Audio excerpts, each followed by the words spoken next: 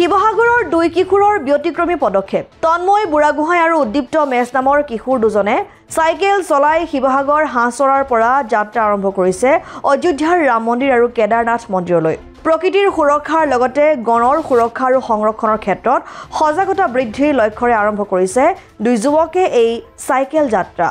দেওবাৰে কাহিলি পুৱাতে শিৱসাগৰৰ ঐতিহাসিক শিৱদৌলত বন্তি প্ৰজ্বলন কৰি অযোধ্যাৰ ৰাম মন্দিৰলৈ বুলি চাইকেল যাত্ৰা আৰম্ভ কৰা দুই কিশোৰে প্ৰতিদিনে 100 কিলোমিটাৰ চাইকেল চলাই লক্ষ্যস্থলীত উপস্থিত হ'ব বুলি সতৰি কৰে উল্লেখ্য যে কিশোৰ দুজনে এই যাত্ৰাত প্ৰায় 30,000 কিলোমিটাৰ পথ চাইকেলেৰে অতিক্ৰম কৰিব মোৰ ঘৰ হাঁহচলা আত্মগাঁৱৰ হয় আমি এটা চাইকেল লৈ যাত্ৰা আৰম্ভ কৰিছোঁ যে যাত্ৰাটো হ'ব আমাৰ শিৱসাগৰৰ পৰা অযোধ্যা ৰাম মন্দিৰ আৰু কেদাৰনাথলৈকে আমাৰ মেছেজ এটাই যে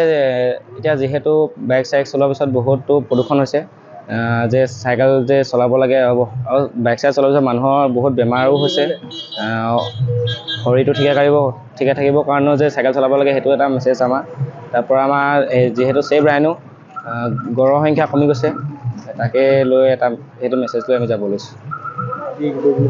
আজি শিৱদৌলত পূজা কৰি ইয়াৰ পৰা আমি ৰাইডটো ষ্টাৰ্ট কৰিছোঁ আগত আমি গৈছোঁ এইফালে আপোনাৰ গোলাঘাট কাজিৰঙা টিলিঙা মন্দিৰ লংডিং অৰুণাচল তেনেকৈ গৈছোঁ এদিনতো আমি 100-150 কিলোমিটাৰ তেনেকৈ আমি যাত্ৰা কৰিম মই এবাৰ হায়াৰ ছেকেণ্ডেৰী ফাইনেল দিছোঁ শিৱসাগৰৰ পৰা চৈয়দ মুস্তাকুৰ ৰহমানৰ ৰিপৰ্ট অসম আদিত্য।